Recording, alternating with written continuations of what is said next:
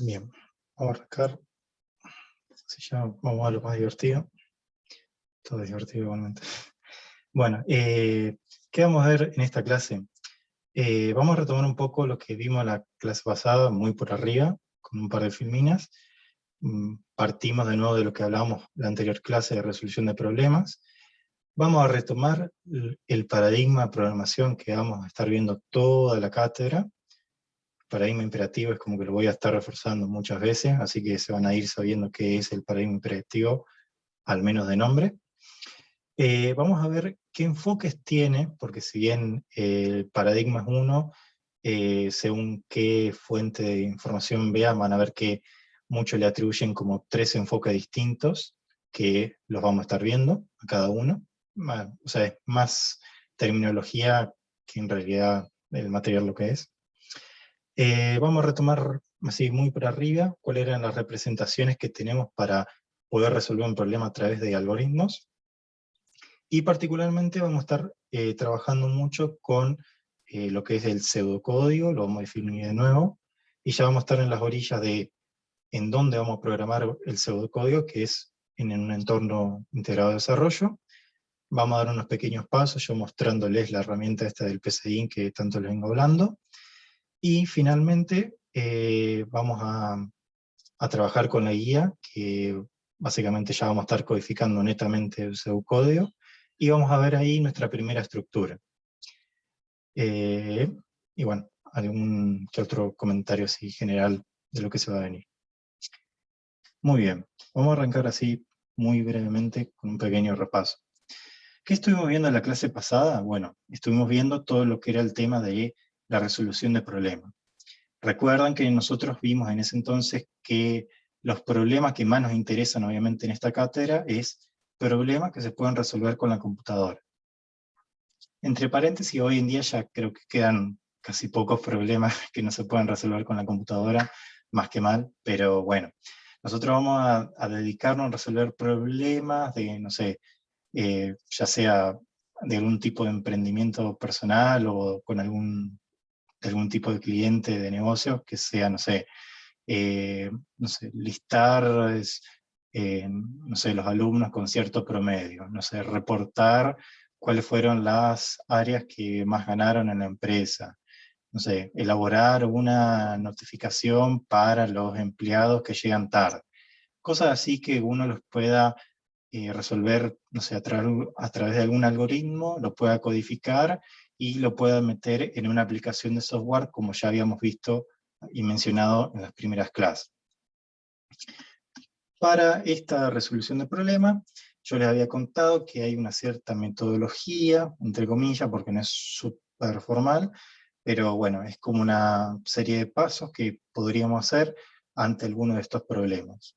Recordamos que, obviamente, esto no significa que es una receta mágica, ni tampoco que es una receta obligatoria. Es, digamos, una receta de pasos que yo les entrego como una herramienta más que me gustaría que tengan para el día de mañana, qué sé yo, tienen un problema súper complejo o no saben por dónde arrancar. Bueno, está siempre bueno saber que, no sé, pueden arrancar con alguno de estos pasos como para encarar ese problema. La clase pasada habíamos visto más que nada las etapas de análisis y de estrategia.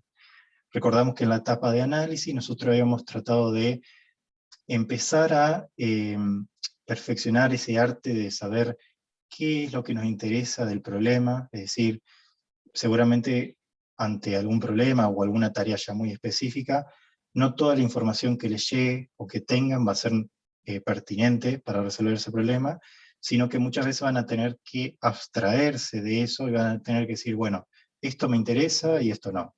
Y ahí habíamos visto, por ejemplo, una técnica como decir, bueno, poder identificar qué datos nos sirven, cuáles vendrían a ser nuestras entradas, cuáles vendrían a ser nuestras salidas, y sobre todo cuáles son los procesos más importantes que nos interesaba saber.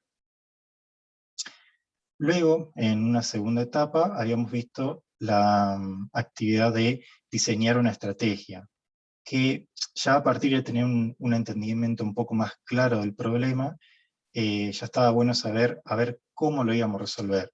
Pero algo así muy alto nivel, por así decirlo. Es decir, no sé, queríamos, creo que había puesto el ejemplo de, no sé, somos un equipo de fútbol, necesitamos ganar, bueno, una estrategia por decir, bueno, qué formación vamos a utilizar y qué jugadores vamos a utilizar para cada posición y cosas así.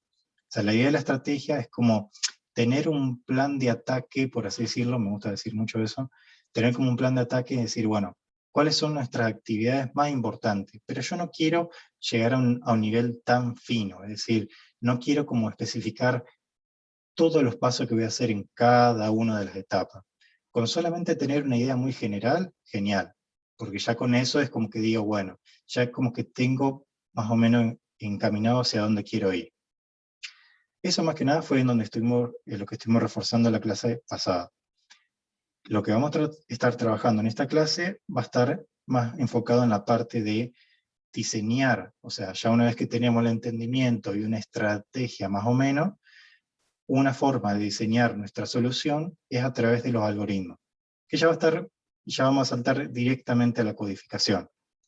El diseño puede ser, por ejemplo, a través de un pseudocódigo, no sé, escrito en papel, que hay veces que se hace, o también en la herramienta que vamos a hacer, o también, por ejemplo, a través de, no sé, diagrama de flujo, como les había presentado en la clase pasada. Así que bueno, en nuestra misión de poder resolver problemas computacionales, en esta clase vamos a estar trabajando más que nada con diseño y codificación. ¿Qué era lo que íbamos a estar diseñando? Algoritmos. ¿Y qué eran los algoritmos? Bueno, retomamos la definición. Los algoritmos en sí son una secuencia fina de instrucciones, es decir, que tiene una cierta cantidad de instrucciones que, dadas un orden específico, nos ayudan a resolver un problema. Eso va a tomar mucho sentido a ver cuando lo estemos trabajando. Es importante volver a recordar qué requisitos tenían, porque va a tener mucho sentido cuando vayamos codificando. Recordemos que casi siempre un algoritmo va a tener una o más entradas, es decir, todos los datos que le vamos a ir ingresando. Posiblemente tenga al menos, o sea, como mínimo seguramente va a tener una salida. Si no, hacer un algoritmo que no te devuelve nada o que no resuelve nada, la verdad no tiene mucho sentido. Como salida significaría que te devuelva algo o que tenga algún impacto. A veces no necesariamente los algoritmos que hagamos nos van a devolver, o sea, en la vida general, mejor dicho, los algoritmos que hagan no necesariamente siempre te tienen que devolver algo a vos. A veces, no sé, puede ser un algoritmo para, no sé, guardar los datos de una persona en una base de datos. Eso en sí no tiene una salida tangible, por así decirlo. Pero bueno, o sea, a los efectos más o menos de que nos competen la cátedra, piensen que casi siempre los algoritmos que vamos a hacer van a tener alguna forma de salida. Por ejemplo, como se dice, la salida por pantalla, no sé, que te muestre un mensaje, que te muestre un listado y demás. Recordamos el tema de que no sea ambiguo, es decir, que idealmente lo que programemos siempre nos devuelva un resultado en el mismo ámbito. No sé si es una analogía muy feliz, pero sí me parece como clara decir que si hacemos un algoritmo, que no sé, yo le doy una semilla de peras y quiero que me devuelva peras, si yo le doy una semilla de peras y me devuelve manzana, ahí estaríamos en un grave problema. No sé, de nuevo, si es una analogía muy feliz. Y el otro requisito que usualmente se ven en las bibliografías es que contenga una secuencia finita de pasos, es decir, que para la misma cantidad de pasos siempre devuelva un resultado del mismo ámbito. Ya si, o sea, si por algún motivo, no sé, se ejecuta una instrucción y luego se va a algún otro programa distinto a trabajar, puede ser que ahí haya algún problema en el flujo. No es algo que se suele ver muy seguido, pero bueno, es un requisito formal de los algoritmos. Como les decía, parte de nuestras herramientas clave durante el diseño de la codificación está, en primer lugar, la estrategia, que ya la estuvimos hablando bastante la segunda clase, es decir, tratar de identificar bien el qué queremos hacer, sin entrar en mucho detalle. Luego van a estar como herramienta los paradigmas, que son como modelos que ya existen y que nos permiten decir, bueno, este problema se podría resolver más fácil con este paradigma. Obviamente que cuando uno recién arranca a programar, no se sabe bien de memoria todos los paradigmas o para qué sirven, pero bueno, yo por ejemplo ahora les cuento que con cuál vamos a trabajar y por qué nos sirve trabajar con eso. Y sobre todo representaciones, que pueden ser una o más, ya sea, no sé, diagrama de flujo, pseudocódigo, código propiamente dicho, etc. Bueno, la estrategia ya hablé bastante, era como para retomar un poquito la definición.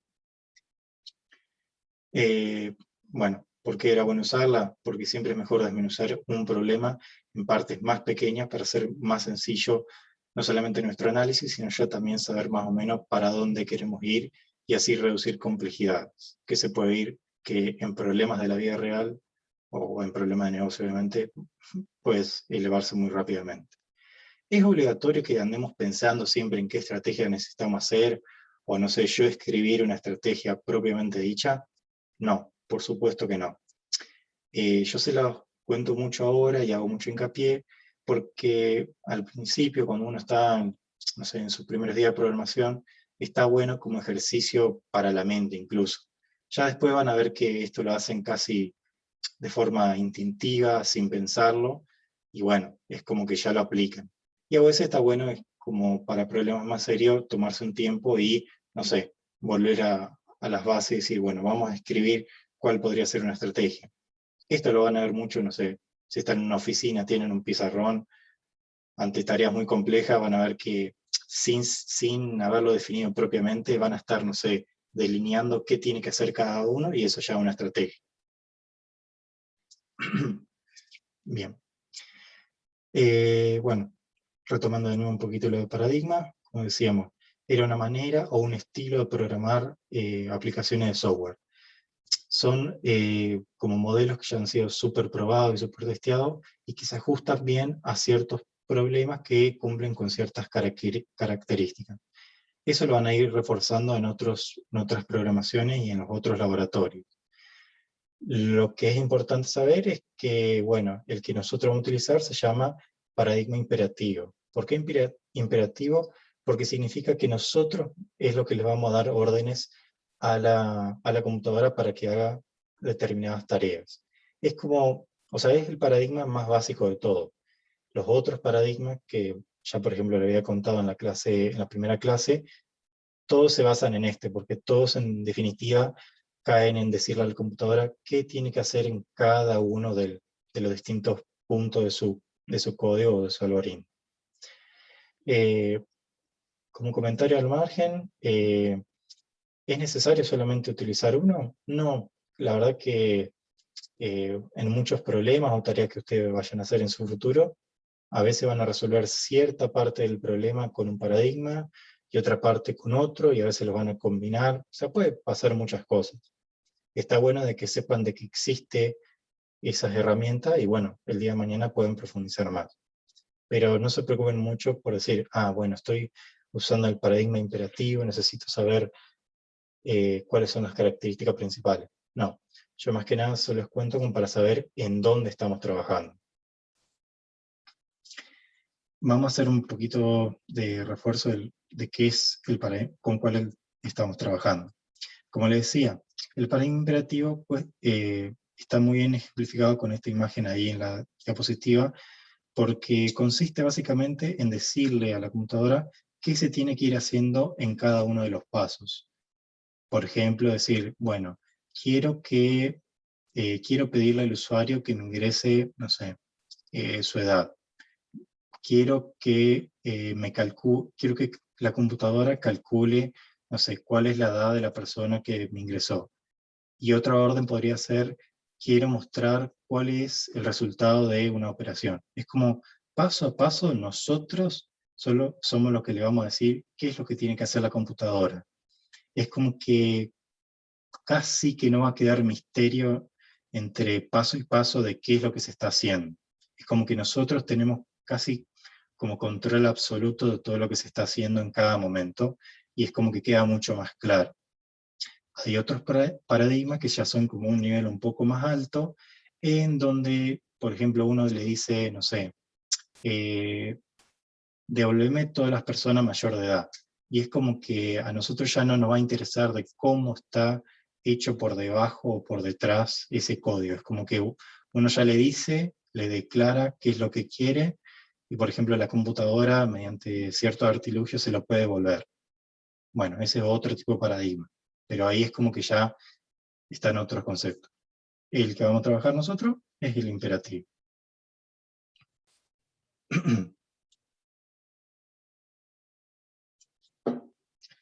Bien, como les contaba antes, el paradigma imperativo, en varias fuentes, si ustedes se las ponen a buscar, cuenta de que está compuesto de subenfoques o enfoques, que son como distintas formas o herramientas que componen al paradigma, que nosotros las vamos a ver. Es como que las vamos a ver y casi no se van a dar cuenta que la van a estar aplicando.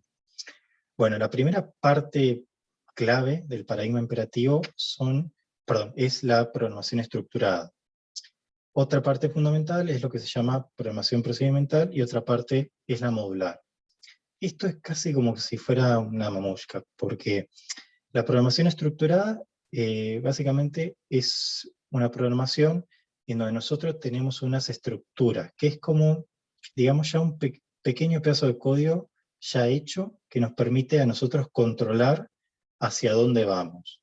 Por ejemplo, esto lo vamos a ver en clase más adelante, como por ejemplo, se ve acá en este dibujo, hay ciertas estructuras que nos permiten decidir si queremos, no sé, seguir un camino o seguir otro, ante una determinada condición. Eso, por ejemplo, es lo que se llama estructura condicional, y bueno, es una estructura propiamente dicha, es decir, son pequeños, a mí me gusta verlo como pequeñas rutinas, o subrutinas, depende de dónde lo lean, que nos sirven a nosotros para estructurar el código y manejar el flujo. Ya después, ingresando en otro nivel de esta mamushka, que no sé por qué puse este ejemplo, pero bueno, ya a veces nuestro código se va a empezar a hacer tan grande que tenerlo todo, digamos, en un mismo archivo para hacerlo fácil, no va a ser sencillo ni tampoco hasta saludable, lo voy a decir. Por eso es que empieza otra parte importante del paradigma imperativo, es la programación procedimental. Que la mejor forma de verlo es como en el ejemplo, como si fuera una caja con una función matemática. Es decir, nosotros vamos a tomar porciones de nuestro código que tengan cierta coherencia, obviamente, y vamos a ver que cierta parte del código nos sirve como para una función en específica. Entonces vamos a empezar a utilizar lo que se denominan funciones y procedimientos.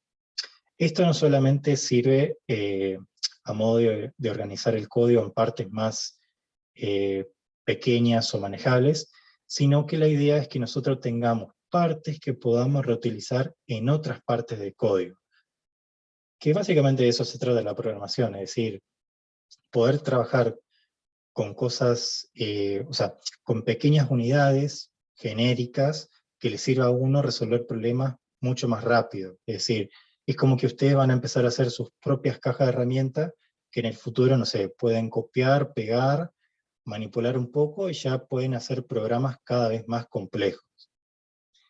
Y luego, en un nivel un poquito más arriba, ya está, digamos, la programación modular, que es básicamente como un conjunto del anterior. Por ahí se denomina un módulo, digamos, quizás a un archivo, o sea, no es necesario que un módulo sea un solo archivo, pero bueno, hagamos de cuenta que para los efectos simples sí. Volviendo a la definición, básicamente un módulo, imagínense que sea, digamos, un archivo con una serie de funciones. La idea de esto, de nuevo, es no solamente organizar mejor el código, sino tener ya como pequeñas estructuras un poco más complejas que le permitan resolver, digamos, todo un área de problemas. Por ejemplo, no sé, un módulo podría ser,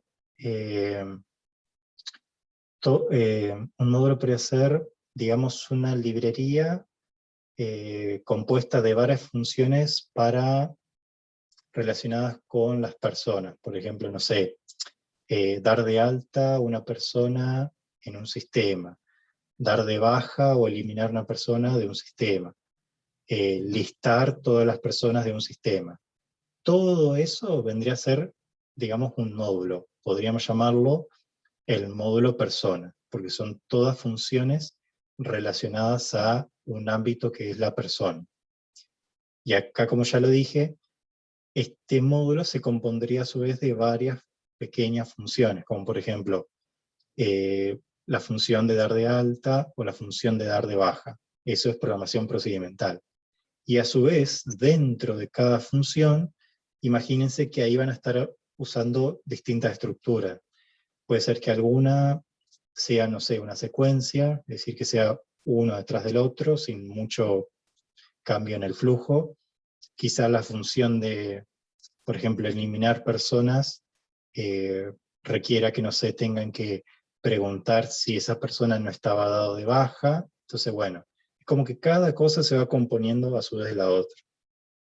Esto, a grosso modo, digamos, es un panorama muy general de todo lo que vamos a ir, de todo lo que vamos a ir viendo de acá hasta el final de la cátedra. O sea, es como partimos de nuevo desde algo muy pequeño, como estructuras, lo vamos a ir quizás organizando en partes ya más cohesivas, como lo que son funciones y procedimientos, y cuando tengamos mucho de eso, lo vamos a agrupar en módulos.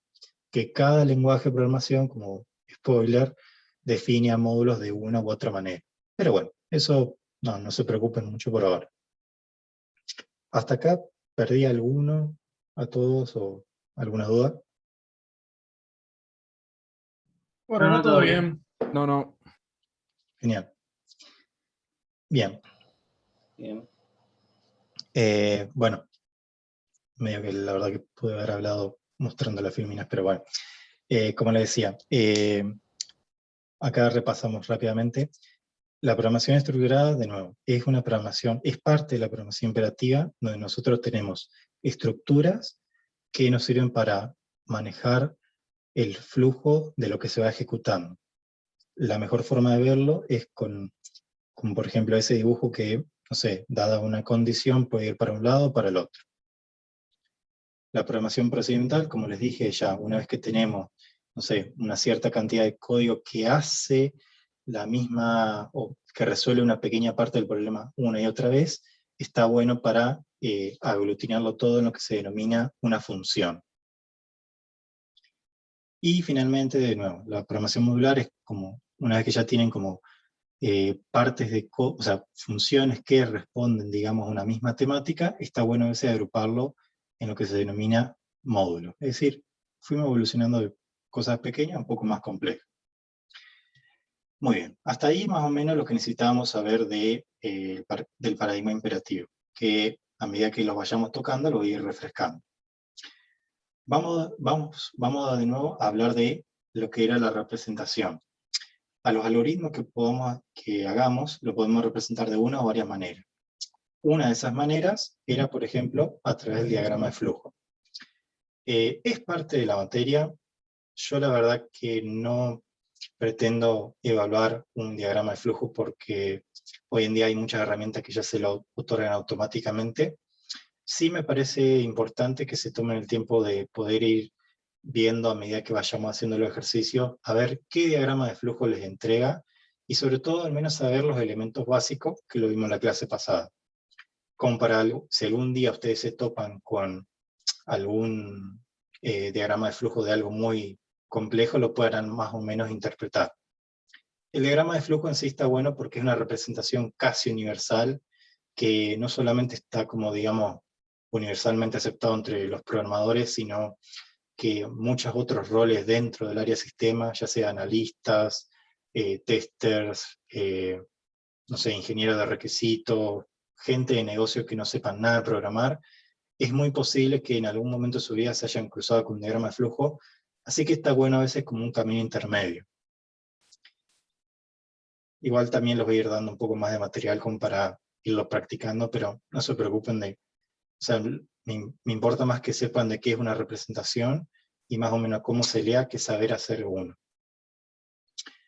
Y bueno, ya entrando a lo que más tenía ganas de ver, es el otro tipo de representación, que vendría a ser la representación de pseudocódigo. De nuevo, el pseudocódigo es una forma codificar mediante un lenguaje bastante natural o amigable a cualquier persona. También es una herramienta, como digamos, universalmente aceptada, que cada quien la programa más o menos según sus consideraciones. Acá, por ejemplo, en este caso, este es un pseudocódigo que está, digamos, programado de forma así en español. Muchas otras personas pueden programar en pseudocódigo, por ejemplo en inglés o en su idioma, lo que fuera. O sea, es como un lenguaje bastante flexible.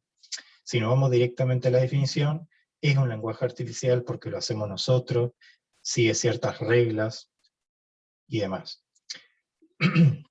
Como les decía, es bastante cómodo o cotidiano, y la idea que a veces está bueno que sepan que programar en pseudocódigo no es inútil, sino que es algo sumamente útil, porque a veces cuando no saben cómo arrancar un algoritmo muy complejo, lo mejor es tener a mano, no sé, una estrategia y el pseudocódigo, y decir al menos las partes más elementales que quieren resolver.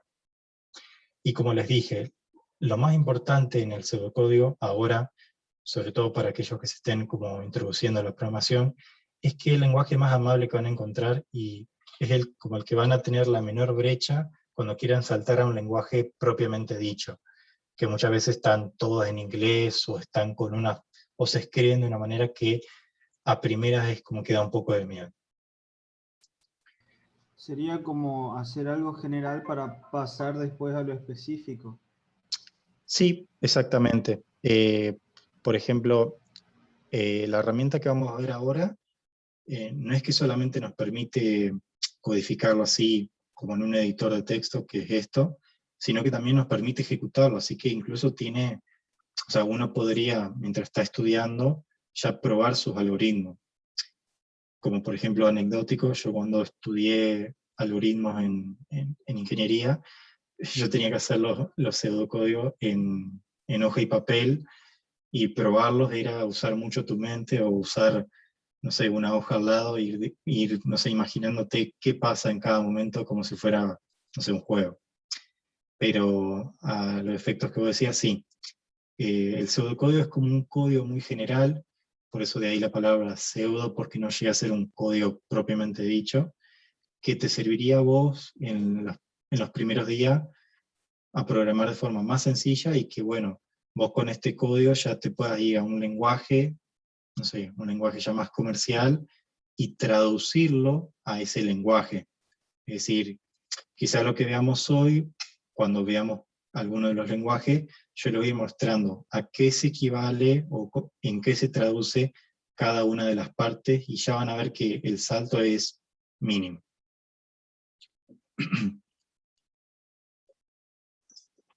Me mata la garganta, perdón. Bien, pero bueno, ya estamos cerca de la práctica. ¿Y dónde vamos a estar trabajando? Bueno, como les conté antes, las aplicaciones que nos sirven a nosotros para programar se llaman Entorno Integrado de Desarrollo, o IDE según las siglas en inglés. ¿Por qué nos sirven estos programas? Nos resuelven la vida en innumerables aspectos, y es como una forma, o sea, en estos programas están consolidados también muchos aspectos de la programación que hacen mucho más fácil la tarea de programar.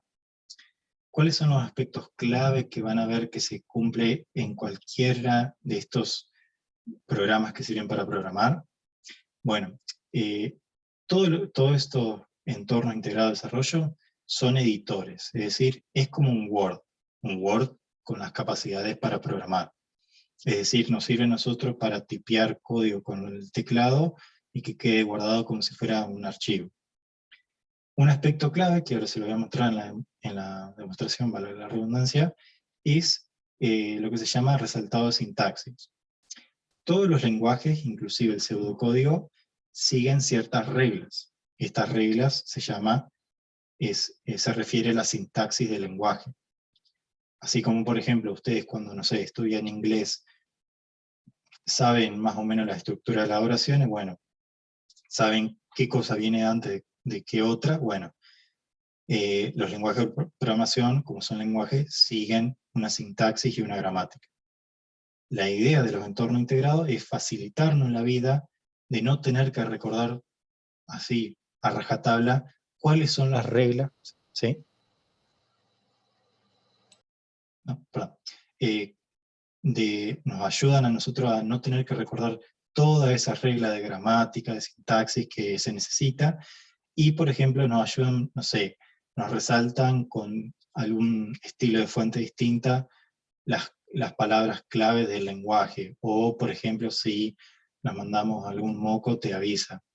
Son cosas, o sea, es como que te ayuda a facilitarte a vos programar sin que vos seas un experto en todas las reglas del lenguaje.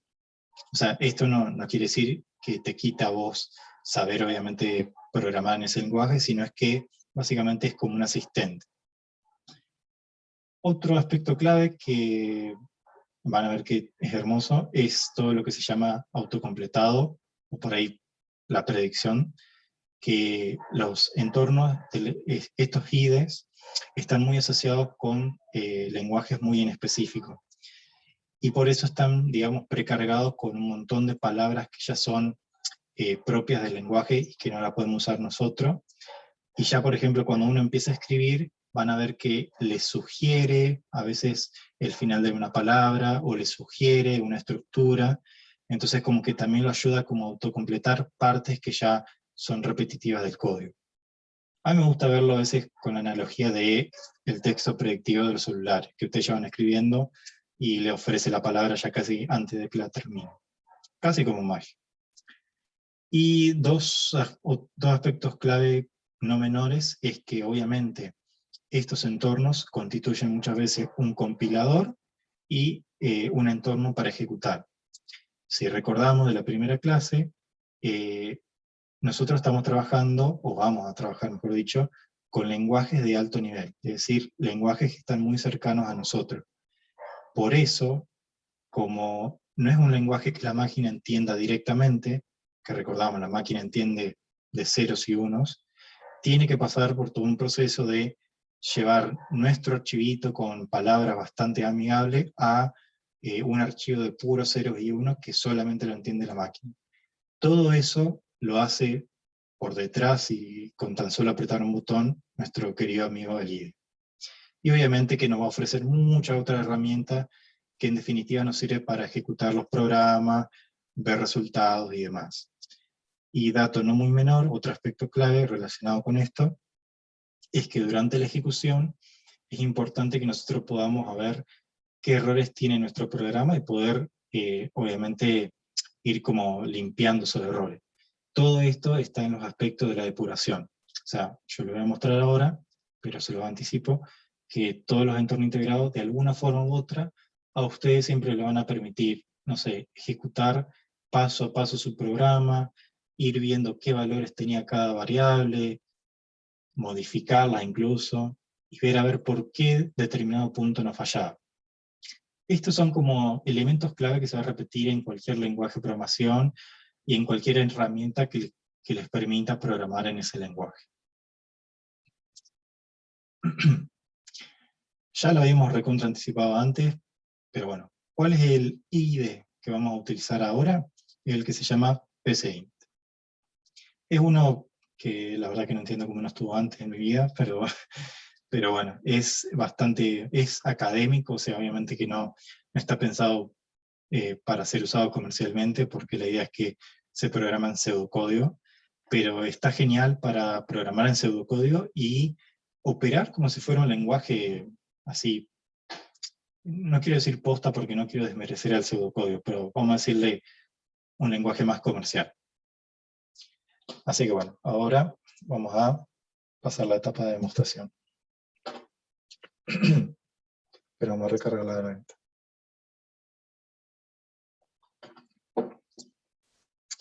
Bien, ojalá que todos ya hayan instalado esto, como para que no se nos pierda, pero igual si no queda la grabación.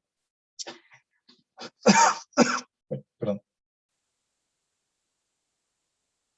Ahí va, si no lo voy a matar. Bueno, vamos a charlar un poco acerca de nuestro IDE. Vamos a ocultar esto. Bien. Esto, así como lo ven, es un entorno integrado de desarrollo. ¿qué nos va a permitir programar en pseudocódigo? Programar, ver estos aspectos clave que dijimos, ejecutar lo que se llama paso a paso y demás. Esto en sí, esta área que estamos viendo acá, no es nada más ni nada menos que lo que se llama un editor de texto. ¿Por qué? Porque nosotros le ingresamos texto, que en nuestro caso es código. Como yo les he dicho antes, todos los lenguajes tienen una cierta sintaxis y una gramática, o sea, reglas, que nos dicen qué se puede hacer con tal símbolo o con tal palabra.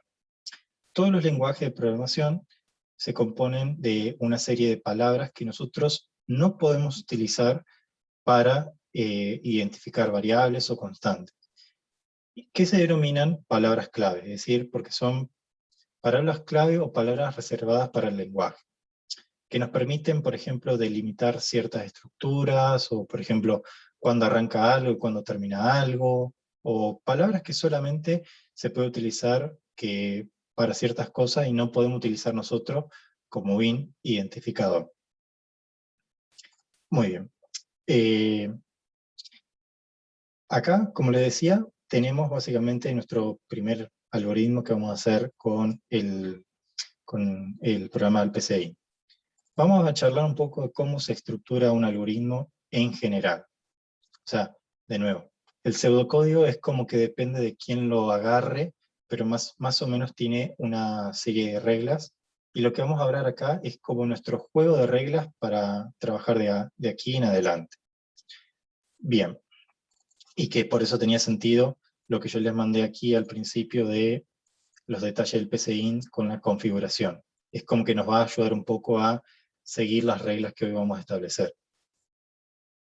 Bien, todo algoritmo que hagamos, vamos a tener que ponerle un título. No tenemos una convención específica de qué título vamos a ponerle, pero si por ejemplo están haciendo, no sé, si están haciendo un ejercicio de la guía práctica, pongan al menos qué es lo que pretenden hacer con ese algoritmo, o sea, cuál sería su función en particular, o no sé, pongan ejercicio tanto o demás. Es un título más que nada como para identificar ese algoritmo y que sea distinto a cualquier otro algoritmo que ustedes tengan. En este caso, para este ejemplo demostrativo de la herramienta, nosotros vamos a utilizar el ejemplo de la clase 2, el ejemplo del paralelogramo que vimos acá. Vamos a utilizar esto como para este ejemplo, y lo vamos a resolver en el PCI. Bueno, supongamos que tenemos ese paralelogramo y que estamos en la etapa en donde queremos tener un algoritmo que nos permita hallar el área de cualquier paralelogramo que le ingresemos. Y si recordamos un poco, ya que estamos haciendo un poco de recuerdos, recuerden que nosotros habíamos arrancado con un paralelogramo muy específico, en donde ya teníamos los datos, y después empezamos a subir un poco el nivel y hablar de cuestiones más genéricas, como por ejemplo identificar las partes generales de este problema, y así tener algo para resolver cualquier caso. Eso que hablamos en la clase pasada, lo vamos a materializar ahora en el pseudocódigo. Muy bien, recordamos que básicamente en el paralelogramo, para resolver el área, los datos que nos interesaban era conocer sus dos bases y la altura.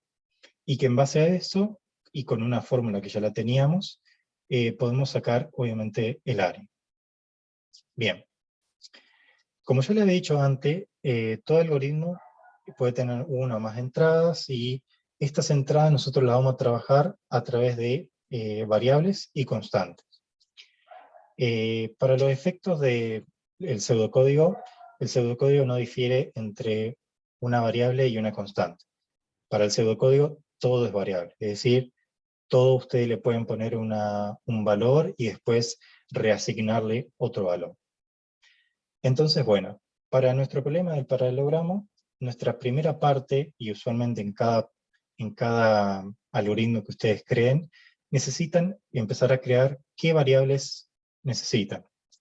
En nuestro caso, para poder resolverlo, necesitaríamos tener al menos 3 variables. 2 para almacenar cada una de las bases, y otra para almacenar la altura. Eso como en un principio. Esto vamos a eliminarlo, hagan de cuenta que no lo vieron. Entonces, ¿cómo podemos definir variables en este algoritmo, en esta herramienta? Bueno, para definir una variable que básicamente es como, imagínense que es una cajita en donde vamos a poder reservar espacio en la memoria de la computadora para almacenar algo. Para poder hacerlo en este pseudocódigo o en este pseudolenguaje, la definición de variable siempre arranca con la palabra reservada que se llama definir. Acá se empalma con los aspectos clave que le mencioné antes. Profesor, perdone, pero se le está entrecortando el audio, me parece. Gracias. Más que entrecortando, parece que el micrófono se metiese en una pecera. Un segundo. Bien. Se ve que lo aprieto y lo he jodido el cable, perdón. Bueno, les decía, vamos a empezar con la primera parte, que es definir las variables con las que vamos a trabajar. ¿Qué era una variable? O sea, repito esto para saber si anda bien el micrófono. ¿Qué era una variable? Imagínense como una cajita en donde nosotros vamos a poder reservar espacio en memoria en la máquina para poner los datos que necesitamos. Ya sea, no sé, datos que le vamos a ingresar nosotros como usuario, o datos internos, por ejemplo, algún cálculo. Para poder definir eso en este pseudolenguaje, está esta palabra reservada que se llama definir. Como les decía antes, uno de estos aspectos clave ya sale a la luz, que es el aspecto del autocompletado o de la asistencia. En este caso yo empecé a tipear def y no había completado, y ya me dice que una de las posibles palabras reservadas, que es definir. Yo podría, bueno, apretar enter y ya me autocompleta esa palabra reservada. Y ya este pseudolenguaje es hermoso porque ya te va ayudando a saber cómo es la sintaxis, es decir, cómo es la regla para hacer la operación de definir una variable. Como recordamos, toda variable tiene dos partes fundamentales. La primera es el identificador, es decir, cómo nosotros la vamos a identificar en nuestro algoritmo, bajo qué nombre. Y la segunda parte es qué tipo de variable va a ser. Entonces, bueno, si recordamos, nosotros para almacenar las bases en este problema, necesitaríamos un dato de tipo numérico.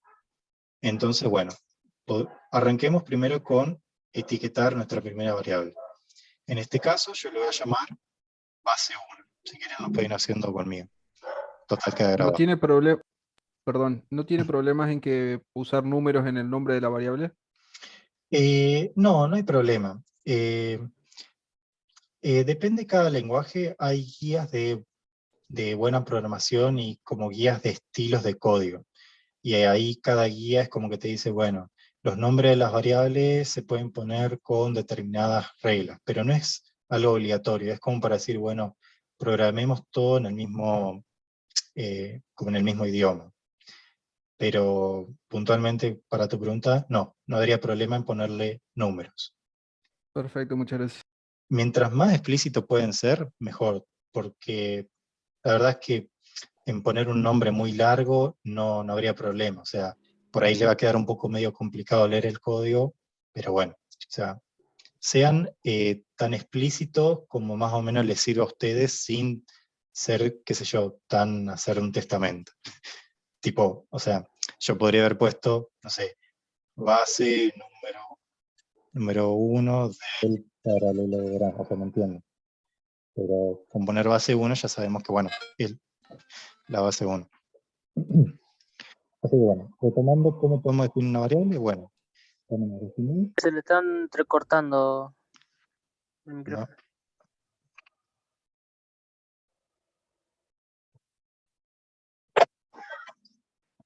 Voy a quedar un poquito quieto.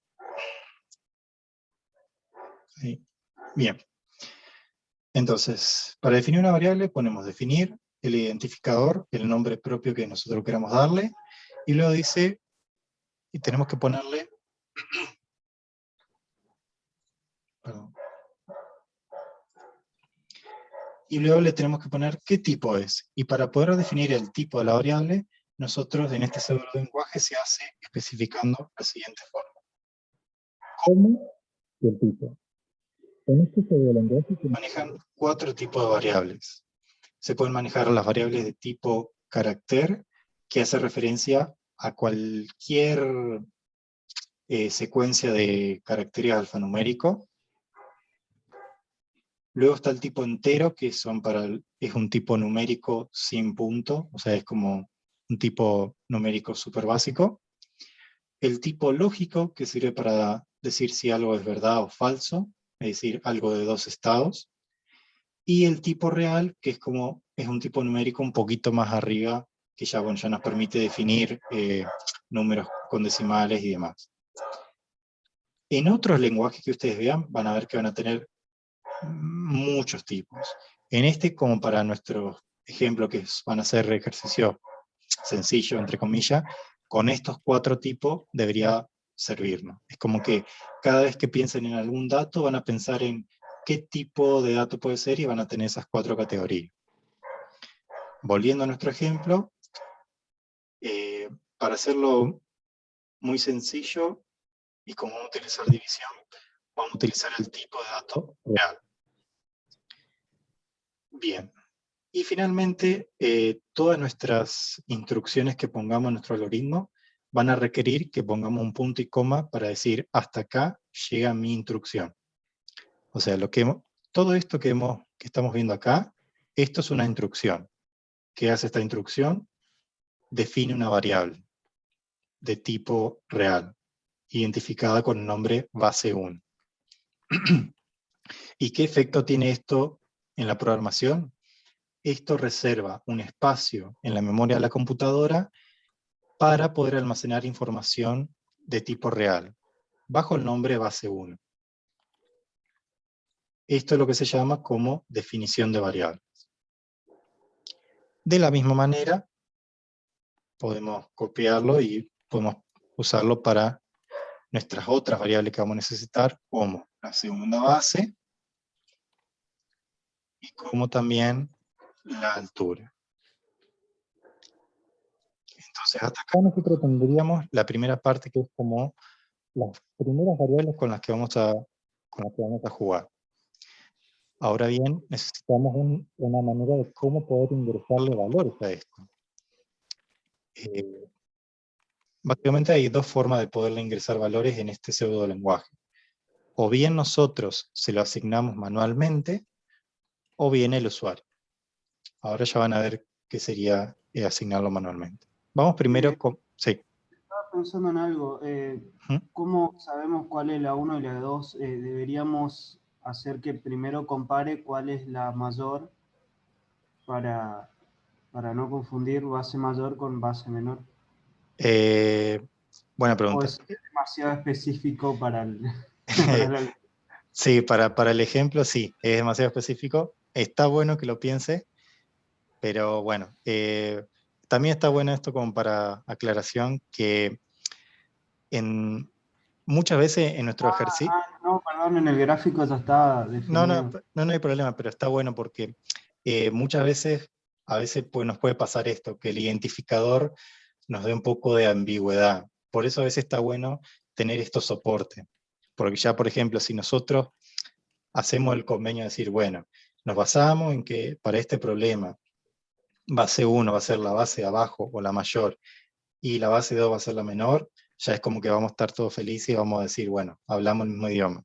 Pero está muy buena esa aclaración porque eso es como algo que no es programar, pero que es parte que, bueno, decir, vamos a negociar qué significa que sea la base 1 y qué significa que sea la base 2. Así que, aunque estaba muy específico, está bueno para aclarar temas de la vida del programador. Yo me río porque hay veces que por ahí tengo miedo de dar alguna cosa muy por sentada, así que si sienten que me voy de mambo, me paro.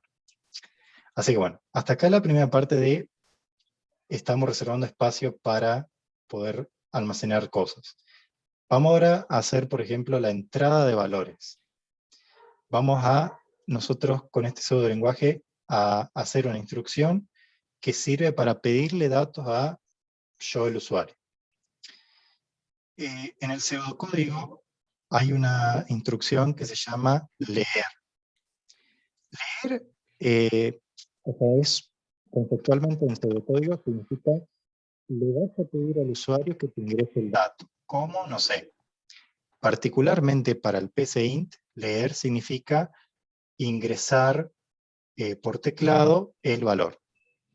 Así que bueno, cuando nosotros... Profe, Sí. profe, se está cortando el Ah, micrófono. Creo que debe ser el plug, la fichita que se debe mover sí, mal. y no debe hacer contacto, por eso. Bien. Bueno, voy a intentar seguir, si no voy a tener que comprarme otro.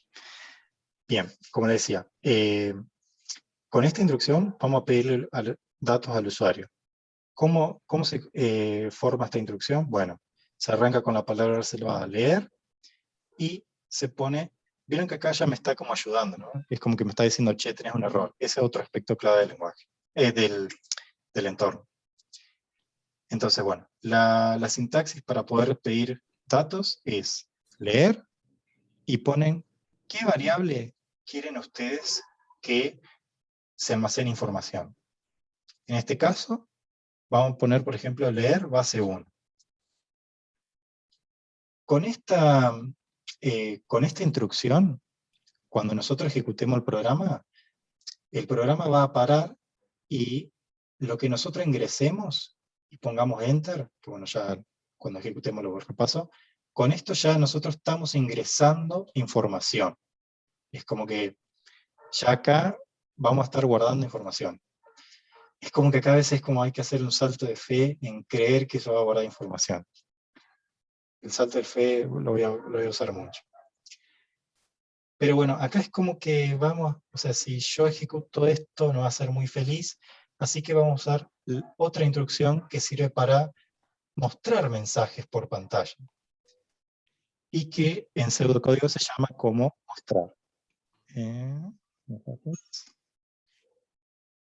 Mostrar. Uy. Escribir, ¿no? Escribir, gracias. Mostrar era otro. Gracias. Eso no había hecho. Perdón. Escribir significa mandar datos hacia afuera. Que si ven acá a veces tienen como la ayuda en forma de botoncitos. Es como que más o menos le dice qué es lo que puede hacer. Escribir es una instrucción que, de nuevo, les va a permitir a ustedes mostrar algo por pantalla. O en este caso por consola, que ya les voy a decir qué es la consola. Escribir, ustedes, para mostrar un mensaje, tienen que arrancar con estas doble comillas, y todo lo que pongan acá, entre las comillas, va a ser el mensaje. Supongamos que nuestro programita es bastante amable y le pide al usuario, le dice, por favor, ingrese la base menor, la base mayor. Ya acá es como que a veces con el escribir ustedes pueden ayudar al usuario. Pero bueno, esto es otra cuestión. Y finalmente ponemos siempre el punto y coma. Entonces, esto acá es solamente para mostrar datos así de salida, que sirve para mostrar tantos mensajes estáticos, o sea, que se denomina estático a esto, que, o sea, yo lo escribí, es como que está constante y no va a variar, como también después vamos a ver que ustedes pueden mostrar, no sé, parte de un mensaje y parte del valor de una variable, pero ya vamos a llegar.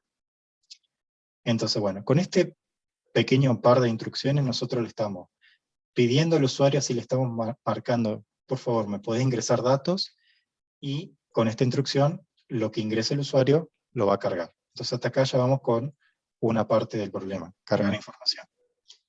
Y vamos a repetir lo mismo para nuestras otras dos variables, para la base 2 y para la altura. Y vamos a cambiarle el mensaje para que sea un poco más ameno. Ingrese la base menor, ingrese la altura. Entonces hasta acá vemos que tenemos la primera parte, digamos, como de la técnica que teníamos, que es ingresar los datos. Ahora vamos a ver la parte del proceso. Esto por las dudas, todo texto que siga de 2 barras se denomina comentario. el comentario no tiene ningún impacto en el código, es decir, su entorno, cuando ejecutemos esto, va a pasar por todo el código y no le va a interesar los comentarios. Los comentarios, tal cual como el nombre lo indica, sirven más que nada para ustedes mismos, para aclarar algo, o también para la otra persona que quiera ver su código. Está bueno a veces utilizarlo como notas, pero tampoco dejen mucho, no dejen mucho comentario porque si no es complicado. Como regla general, que después lo vamos a ver en el compendio de buenas prácticas, un lindo código es un código que tiene una cantidad de comentarios más o menos poquito, y que ya el código, cuando ustedes lo leen, es como que les cuenta la historia del algoritmo. Es como bastante poético esto, pero bueno. Bien, vamos a seguir, porque necesitamos terminar. Ahora que ya tenemos los datos para este punto, nosotros necesitamos, de alguna forma, calcular el área. Entonces, bueno, ahora nos está faltando una variable para poder almacenar esa área. Entonces, bueno, podemos definir otra variable, que la vamos a definir, y vamos a llamarla área. Y ahora vamos a hacer la otra forma de cargar datos en una variable, que es a través de la asignación manual. ¿Cómo es la asignación manual? Bueno, ustedes básicamente sigue como, digamos, la fórmula de variable igual, o también pueden usar esta combinación como una flechita, variable y una expresión. ¿Y qué es una expresión? Bueno, una expresión puede ser una variable, una expresión puede ser la suma de las variables, puede ser un dato tal cual. Se le escucha mal, pero Aguárdame un segundo que busque otra cosa porque...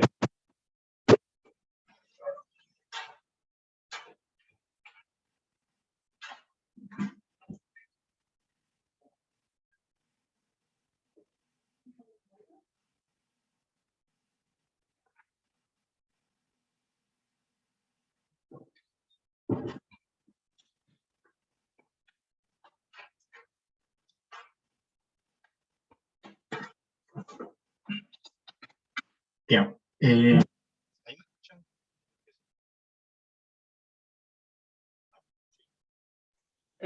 creo que se le escucha peor. Dios mío.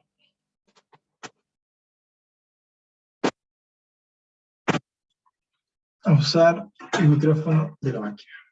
¿Ahí sí? Ahí se lo escucha bien. Ahí se le Genial. escucha Pero mejor, sí. sí. Vamos entonces con este. Lo bueno es que Me tenía decía. respuestas. Sí, no, Casa de Herrero, Chillo de Pal. Como les decía, este tipo de sintaxis es lo que se denomina asignación manual. Es decir, porque no hay, digamos, como una entrada desde el usuario o desde afuera. Es algo que nosotros hacemos para asignar a una variable un valor. Que un valor puede ser, como yo les digo, una expresión, puede ser o una variable o demás. Les voy a mostrar cómo, por ejemplo, quedaría que nosotros podamos almacenar el resultado de esta formulita de acá. Como les decía, primero ustedes tienen que poner la variable a la que le quieren asignar algo, y, por ejemplo, usar este símbolo, que el símbolo del igual en este caso, cuenta como le vamos a asignar lo que está en el lado derecho a la variable que está en el lado izquierdo. ¿Y qué le vamos a almacenar? Nosotros le vamos a almacenar esta fórmula. Yo tranquilamente, como para ya mostrar varios ejemplos, yo a esto le podría asignar un número. Es decir, esto ya, por ejemplo, sería válido. Y lo que estaría haciendo es almacenar el valor 12 en la variable área. Eso, por ejemplo, sería lo que se llama una asignación manual.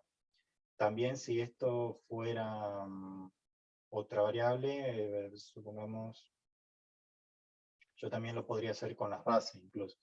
Ustedes pueden asignar cualquier cosa a una variable, por eso de ahí viene el nombre. Pero vamos, también, por ejemplo, incluso podría asignar la suma de dos números. Esto es lo que se llama una expresión, porque involucra a dos datos. En este caso, los números estos son números arbitrarios que se llaman datos primitivos, o sea, son datos que son y ya, no son una variable. Pero nosotros vamos a trabajar con variables. Entonces vamos a establecer la formulita que veíamos. Como decíamos antes, ¿en qué consiste el área de este paralelogramo? Bueno, consiste primero en la suma de las dos bases,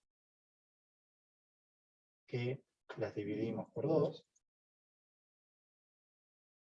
Ven acá que yo, por ejemplo, puedo utilizar, obviamente, paréntesis para ir agrupando partes, e incluso si me estoy errando, me falta algún paréntesis, te ayuda también esto.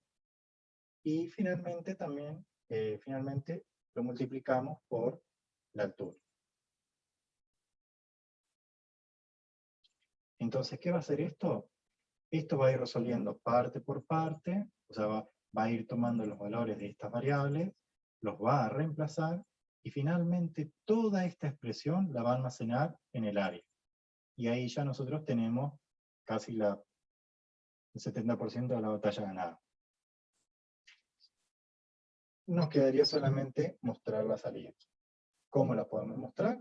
Bueno, otra vez, podemos utilizar la instrucción de escribir y podemos decir, por ejemplo, un mensaje introductorio, podemos decir el área del paralelogramo es, y acá, por ejemplo, una operación que se puede usar con caracteres es combinar varios, que se puede combinar, por ejemplo, toda una cadena, esto también se conoce como cadena, toda una cadena, que es una secuencia de caracteres, y el valor de una variable. Ay, cierto, no me habilité esto. Bueno, entonces, hacerlo en dos partes. A algunos lenguajes se les permite concatenar, que significa unir una cadena y un valor, que no es una cadena. Sí. Con coma me parece que te lo toma. En vez. Yo no me acuerdo si me lo habilito, ¿no? Sí, señor, muy bien. Bien. Me gusta esta cátedra porque vamos aprendiendo de nuevo. Yo es como que lo tenía configurado de otra manera que me andaba, pero bueno. Bien, gracias, compañero. Entonces, con esta instrucción de escribir, ustedes pueden mostrar parte de un mensaje, que puede ser una cadena, y luego, con una coma, agregarle qué valor de una variable quieren mostrar. Que puede ser, no sé, podría haber mostrado el área, podría haber mostrado las alturas y demás.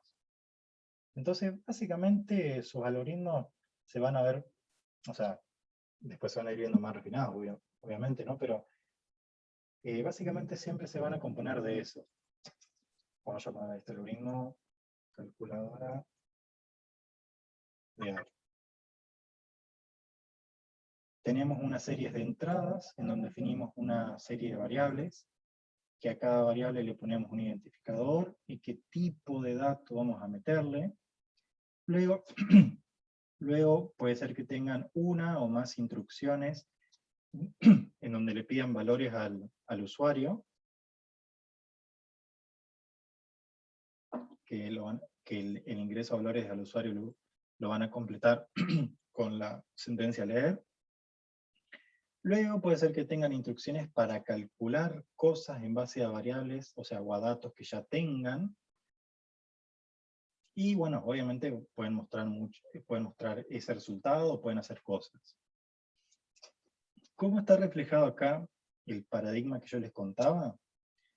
Vieron que nosotros teníamos este problema de poder hallar el área, y nosotros le estamos diciendo al algoritmo cómo tiene que ir ejecutando paso a paso. Es decir, es como que básicamente lo llevamos de la mano al algoritmo. Le decimos, bueno, primero definime una variable que se llame base 1 y que sirva para almacenar números reales.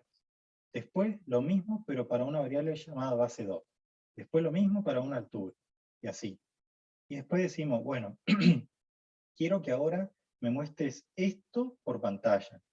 y luego quiero que estés esperando a que el usuario te ingrese algo. Es como... Uy, perdón. Un segundito.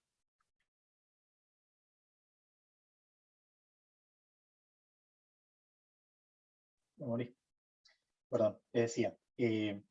Nosotros le estamos diciendo paso por paso qué es lo que va a tener que ir haciendo en cada uno de estas instrucciones. Es como que no queda lugar a dudas qué es lo que tiene que hacer.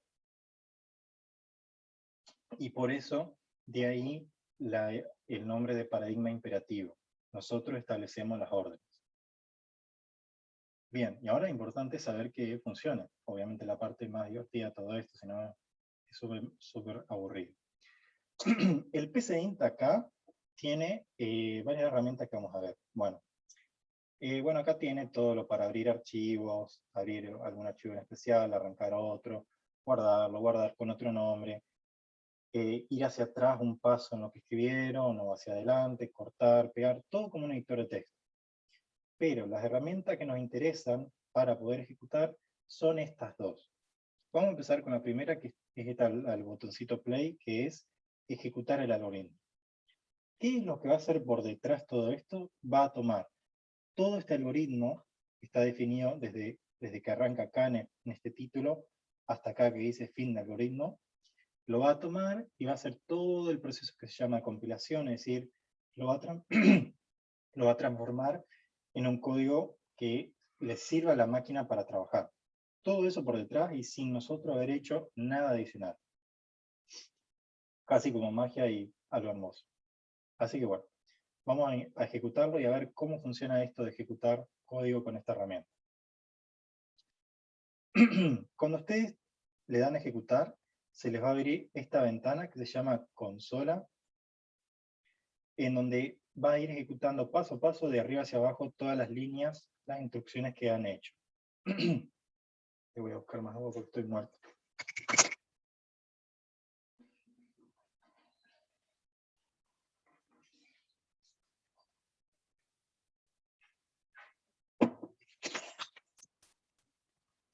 Mil disculpas. Bien, va a ir ejecutando paso a paso y bueno, les va a ir mostrando.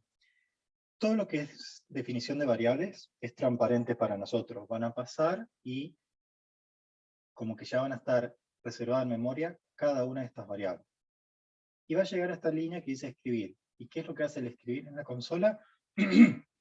Nos muestra el mensaje. Que es el mensaje, esta cadena que nosotros pusimos.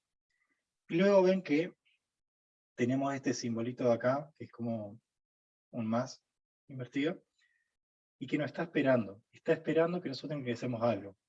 Ay, me estoy muriendo mal.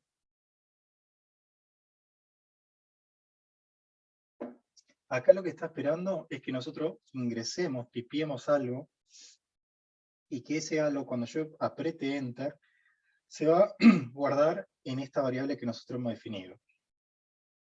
Sigamos el ejemplo. Creo que el ejemplo era, la base 1 era 7. 7, 3 y 4. Yo voy a poner 7.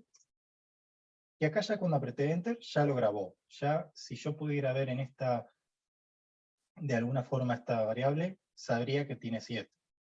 Voy a seguir haciendo el ejemplo.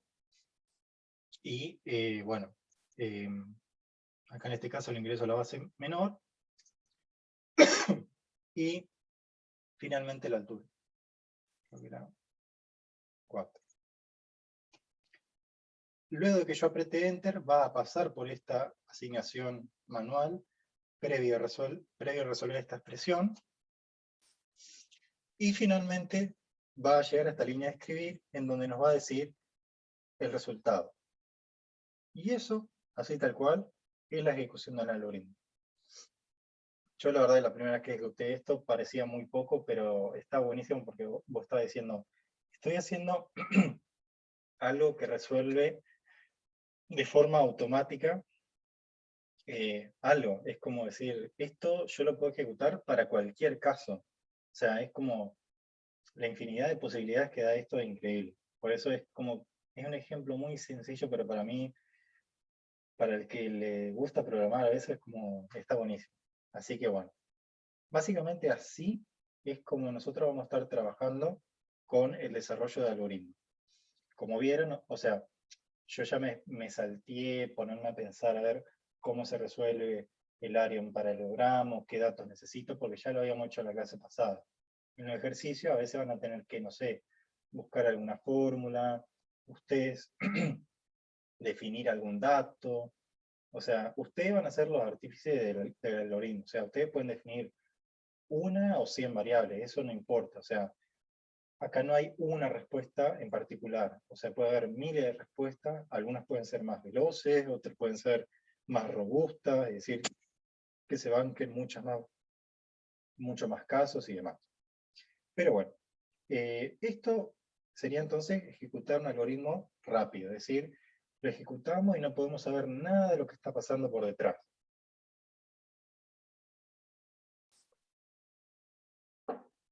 Ahora les voy a mostrar otra herramienta que la voy a repasar varias veces, pero que es una herramienta hermosa, que es lo que se llama la ejecución paso a paso. Hasta acá, mientras aprovecho a revivir, ¿hasta acá alguna duda? No, la verdad que no. No, ninguna. No, no. Yo estaba pensando, siempre metiendo cizaña, ¿qué pasaría si ingreso un dato que no sea un número real? Me gusta, me gusta. Me estaba viendo a ver si alguien aparecía. Bien, vamos a intentarlo. La idea es que no debería mandar a la mierda, pero bastante mal.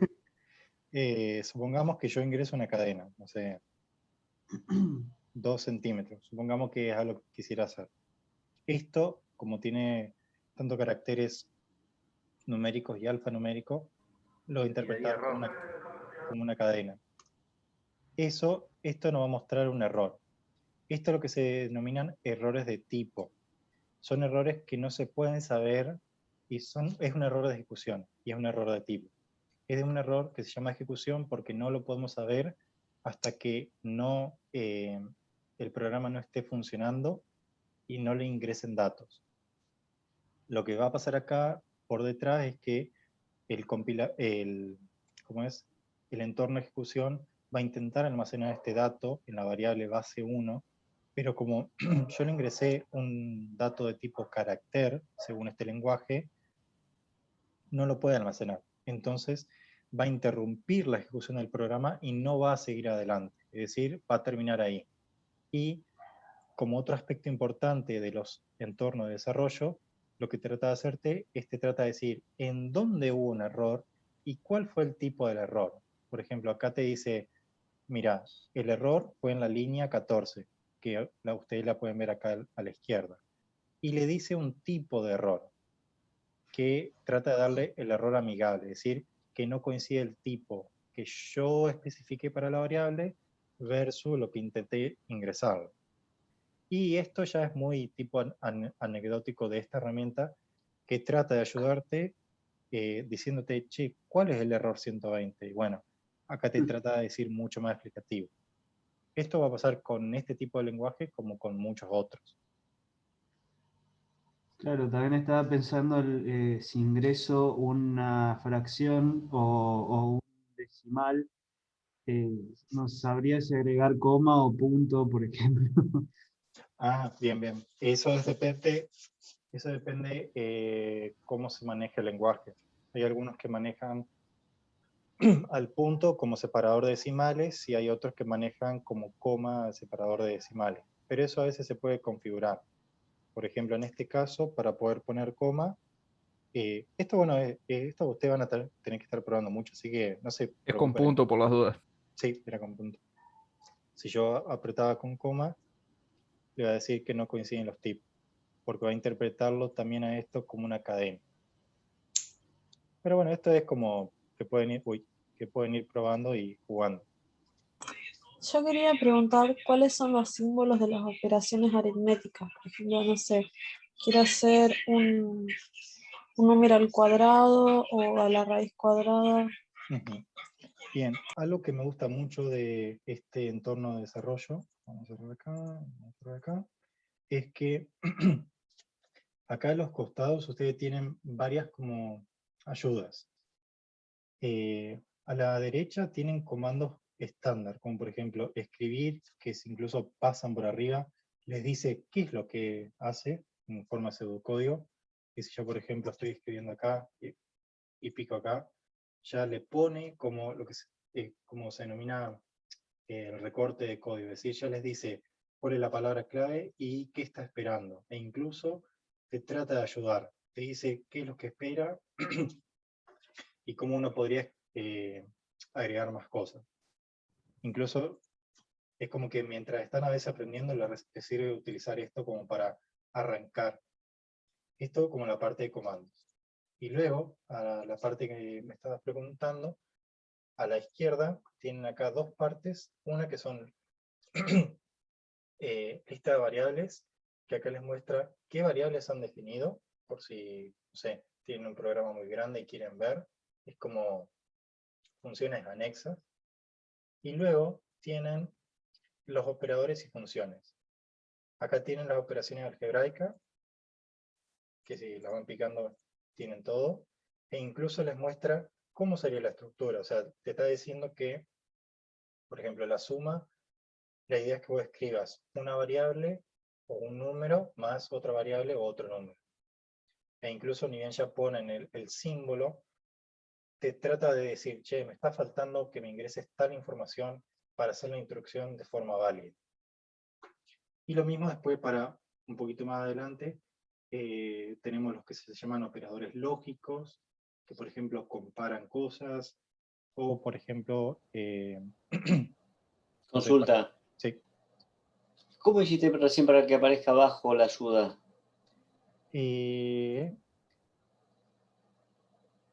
Mira, aparece con algunas. Por ejemplo, los comandos, si vos haces clic, Ah, te ya le muestra ahí. chequeé. Ah. Gracias. Y también a veces con los errores te aparece automáticamente esta pantallita. Ah, claro. Estaba viendo que ese, como cuando lo definís a la base 1, 2, o la altura o el área como real, también deberías agarrar y le podemos agregar más operaciones, por ejemplo, para que no ingresen un 0 o un número negativo.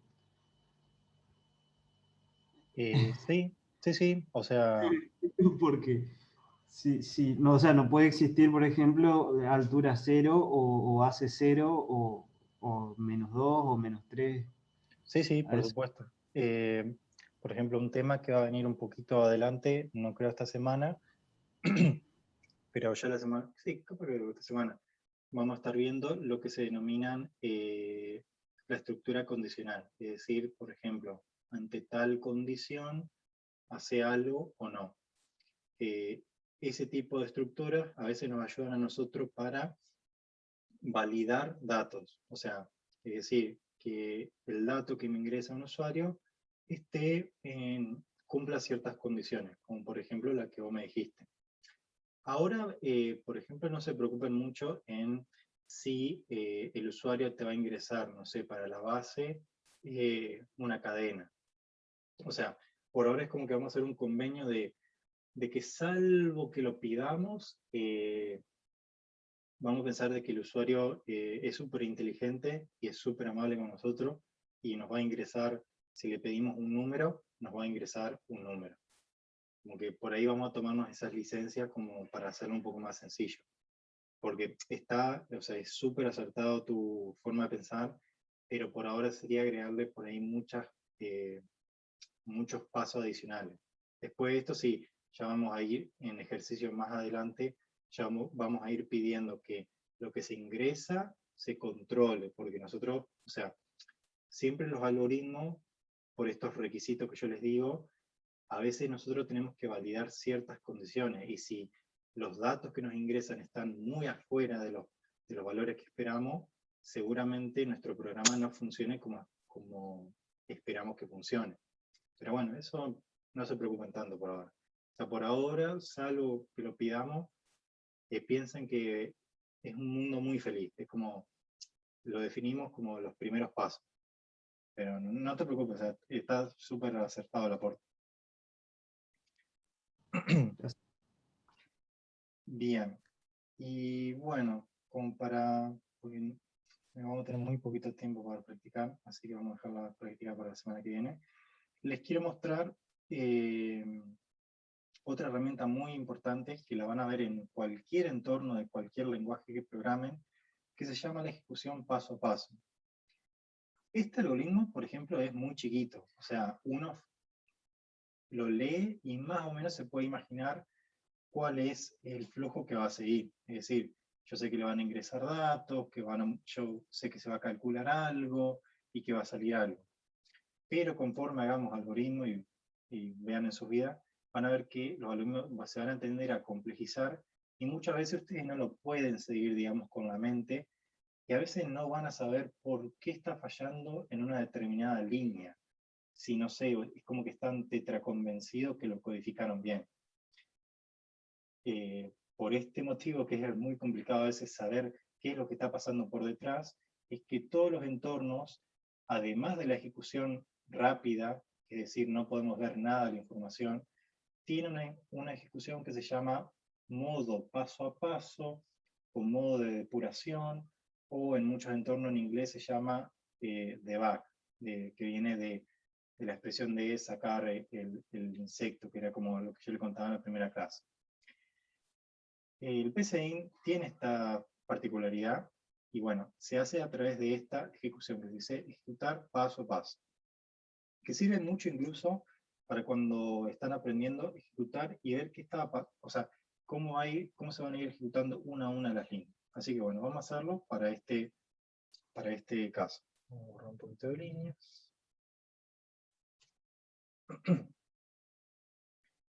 Y vamos a ejecutar esto.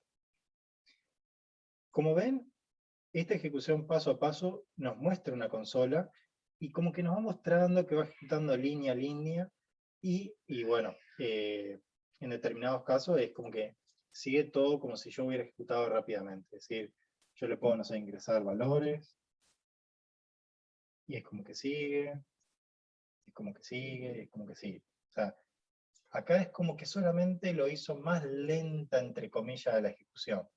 Pero como que no nos ha mostrado nada.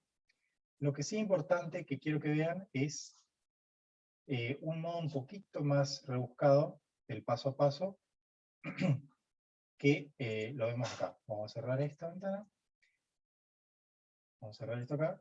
Puede ser que ustedes lo tengan cerrado, pero acá en la parte de la derecha tienen lo que se llama de nuevo ejecución paso a paso. Si ustedes apretan acá donde dice ejecutar hasta el primer paso, vamos a ver qué es lo que hace, es más fácil. Arrancar, y es como que se detuvo ahí. Yo no puedo hacer más nada, salvo que yo le diga continuar, que es como, lo va a continuar como si fuera el programa normal, o que me diga otro pasito más, que es lo que quiero hacer y que es lo que por ahí le va a hacer mucho más. Vamos a ejecutar, por ejemplo, esto, una vez más. Acá se va a detener en esta primera. ¿Y para qué me va a servir esto? Por si yo quiero ver a ver con qué se van cargando las variables. Por ejemplo, vamos a hacerle que avance un paso más, es medio trambólico lo que explico, y vamos a apretar en este botón que se llama evaluar, y acá vean lo que les dice. Les dice que sirve para evaluar una expresión o conocer el valor de una variable, mientras se va ejecutando. Si apretamos evaluar, les va a abrir otra ventanita, y acá ustedes pueden poner una expresión, que bien podría ser que hagan esto por alguna forma, para, digamos, ejecutar algo en el momento y saber qué puede darle, como también ustedes pueden escribir el nombre de una variable y ver qué tiene. Supongamos, vamos a escribir base 1, que ya pasó la línea por la definición, y veamos qué tiene. Acá en este caso me dice que la variable no está inicializada. ¿Qué significa esto? Cuando uno define una variable, lo único que hace es decirle, bueno, quiero que me reserven en este espacio, un espacio de memoria para esta variable. Pero yo no le he puesto nada todavía. O sea que es peligroso si yo, por ejemplo, uso esta variable sin haberla definido, porque esto no es que tiene el valor 0 como alguno podría imaginar. Esto no tiene valor. Entonces, si alguna expresión, como por ejemplo esto de acá, utiliza base 1 y yo no la cargué, me va a dar un error que me dice, che, mirá, estás queriendo usar base 1, pero no la cargaste todavía.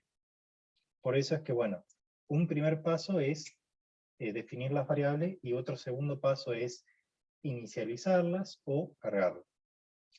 ¿Y qué pasa si yo, por ejemplo, ahora escribo base 2? Como para saber en este punto, o sea, acá que todavía no la definió, ¿qué me podría decir? Que esa variable no está definida. Es decir, el entorno me está diciendo, che, yo siento que vos me quisiste preguntar por una variable que se llama base 2, pero no la tenemos definida todavía. Es como, capaz en algún momento viene. Esto es más importante todavía porque no podemos utilizar algo que no hemos definido. Pero si yo avanzo un paso y vuelvo a ejecutarla, el mensaje, no se llegó a ver, pero cambió. Ahora me dice que base 2 no está inicializada. Lo mismo va a pasar para altura y para área. Así que bueno, una propiedad importante de ejecutar paso a paso es que nos sirve para saber qué puede tener una variable. Y vamos a hacer un par de pasos más para ver que se carga el valor efectivamente. Vamos a poner que avanzamos, ahora está en la línea 7, avanzamos, está en la línea 9, todavía no ejecutó.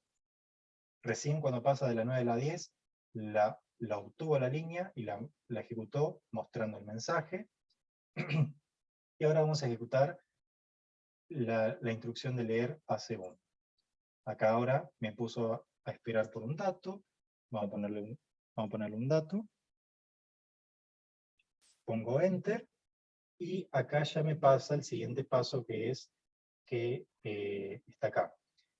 Ahora, si yo vuelvo a la ventanita de evaluar, que a veces te la oculta, es medio tramólico, si yo vengo a la ventana para evaluar, y yo pongo base 1, ahora me dice que el valor actual es 12. Y también es muy amable, me dice, el valor que es de tipo numérico. Para este pseudolenguaje, los tipos numéricos pueden ser de nuevo, tanto reales como enteros. Ya es como que supo que le cargamos bien el valor 12 y sabe qué valor es. Esto es fundamental, o sea, es re elemental, pero es súper fundamental para poder depurar un algoritmo cuando tenemos problemas y no sabemos qué es lo que está pasando por detrás.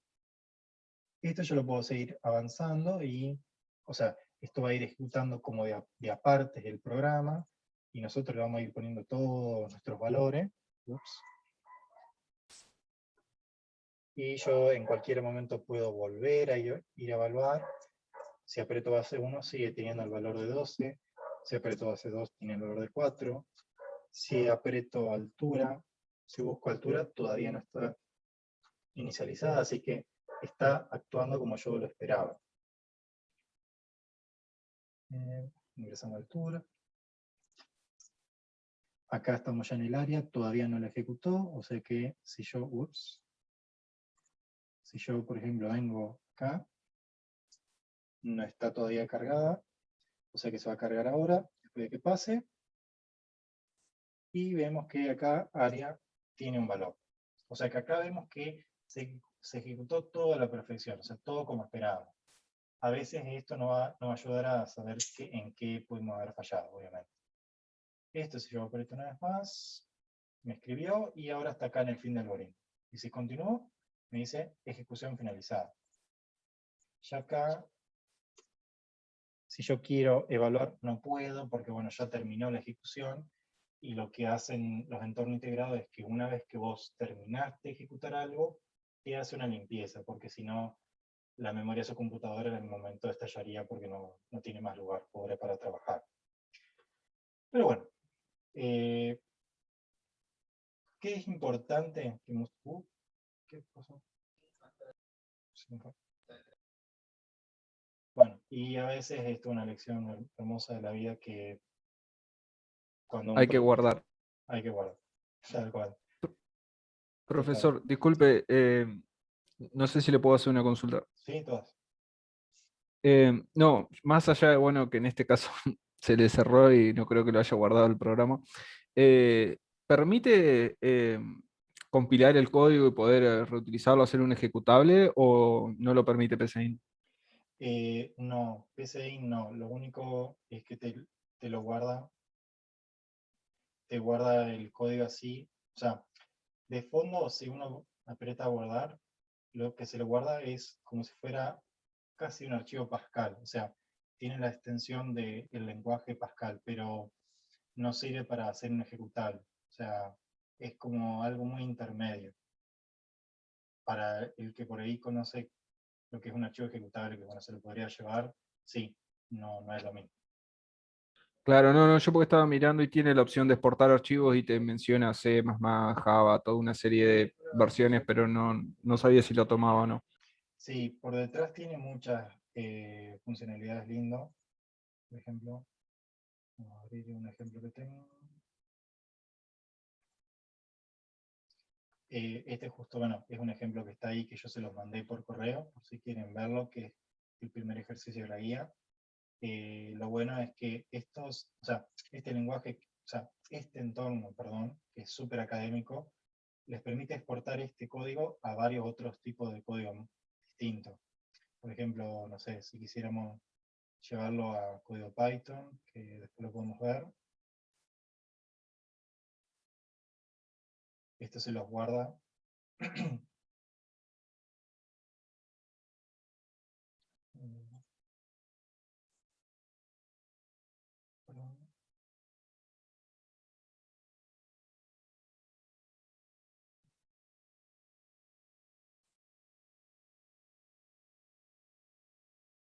Qué raro. Bueno, no lo veo, no lo estoy viendo.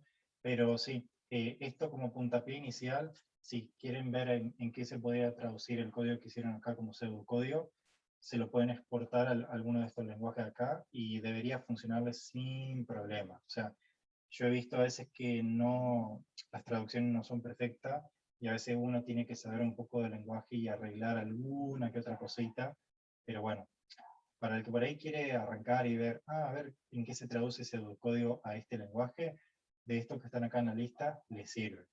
Pero eso no se preocupen porque cuando ya lleguemos a un estado un poco más avanzado en la cátedra, la idea es que yo les voy a ir mostrando paso por paso cómo se hace la traducción o en qué se traduciría. Hay muchas cosas que los lenguajes ya más comerciales lo tienen re internalizado, entonces es mucho más sencillo programar unas cosas que en pseudocódigo. Pero bueno, es como un pequeño inicio. Y bueno, volviendo al anterior, sí. Perdón. Sí, ese código no lo mandó en el correo, mandó otro. O es parecido, porque se dice, por ejemplo, la hora en entero y el que tengo dice las horas trabajadas como real. Sí. Sí. Perdón, este porque yo justo estaba trabajando con la máquina del trabajo y no lo encontraba, así que lo volví a hacer. Este es el ejemplo que yo les mandé. La idea sería que la clase que viene aprovechemos toda la hora para hacer toda la guía y después retomemos, porque de nuevo, mi idea no es que se lleven tarea extra para el hogar, porque puede ser que tengan otro tipo de horario más complicado. Por eso, ya veo que no nos da el tiempo hoy, así que ya lo vamos terminando. Pero el archivo que yo les mandé, este archivo que se llama TUB-TP4 ejercicio 1 PSC, este archivo es el que está acá como una solución posible para el primer ejercicio de la guía número 4. Sí, ¿no? Sí, este mismo ejemplo, y cómo se ve la ejecución si ustedes tildan donde yo les mandé. Pero de nuevo, si tienen ganas ya de hacer alguno, pueden hacerlo bienvenido. La idea es que utilicemos casi toda la clase que viene como para ir viendo e ir mostrando todos los códigos a ver cómo nos van quedando. Así que, o sea, eso sería más o menos la clase de hoy. O sea, lo último nomás que les quería comentar, como para ir cerrando esta parte, ya la clase viene a ser solamente teoría. Acá nosotros vemos nuestra primera estructura, aunque yo no se la haya nombrado. Y la estructura precisamente es parte de nuestro paradigma imperativo que nos permite nosotros establecer un flujo. ¿Y qué fue este flujo? O sea, fue, como es lo que se denomina secuencia. El paradigma imperativo se compone de 3 estructuras de control. La secuencia, condicionales que no van a permitir ir de un lado para otro, y ciclos, cosas que se repitan. Lo que nosotros estuvimos usando ahora, sin haberlo dicho, es la secuencia, es decir, instrucciones que se ejecutan una después de la otra. En este caso, esta era la instrucción para definir una variable, después se ejecutó esta otra, la definición de variable, después esta otra, y así. O sea, la secuencia no es nada más que una detrás de la otra, y el flujo es como lineal. Y eso más que nada es como nuestra primera estructura, y lo que vamos a ir viendo en las sucesivas clases es más estructura para tener más dominio de qué podemos o no hacer.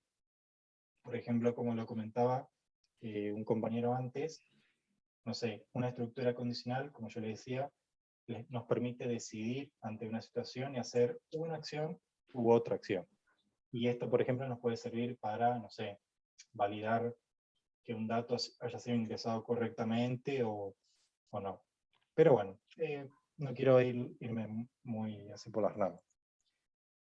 No sé si quieren aprovechar a preguntar unas cosas como para ir cerrando.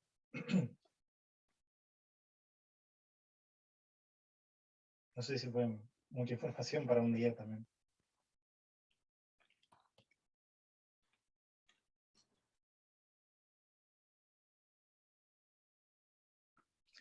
Voy a revisar el chat, no revisé nada. No.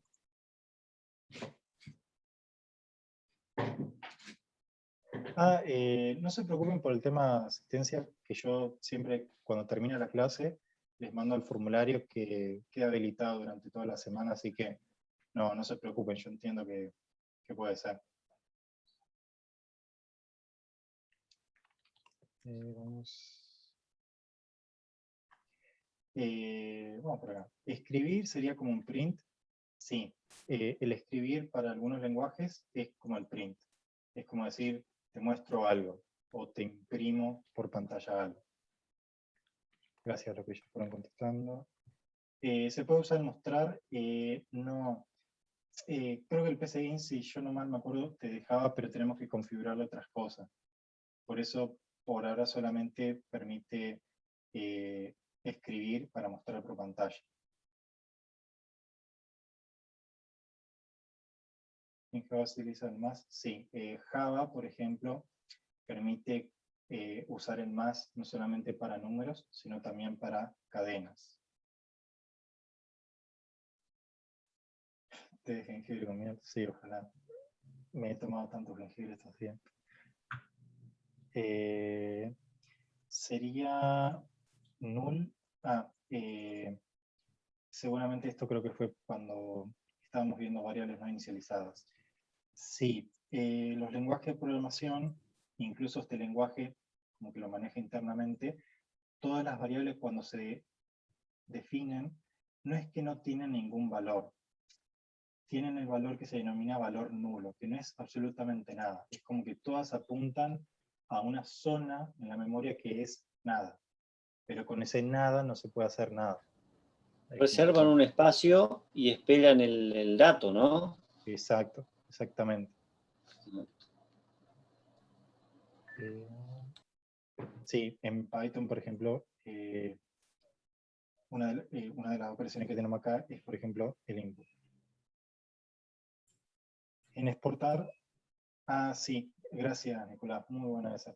Me había olvidado. Otro botoncito importante en esta parte del PCInt es que cualquier algoritmo que hagan, ustedes lo pueden llevar a diagrama de flujo. Y está buenísimo porque tal cual así, es tal cual como ustedes lo podrían haber creado.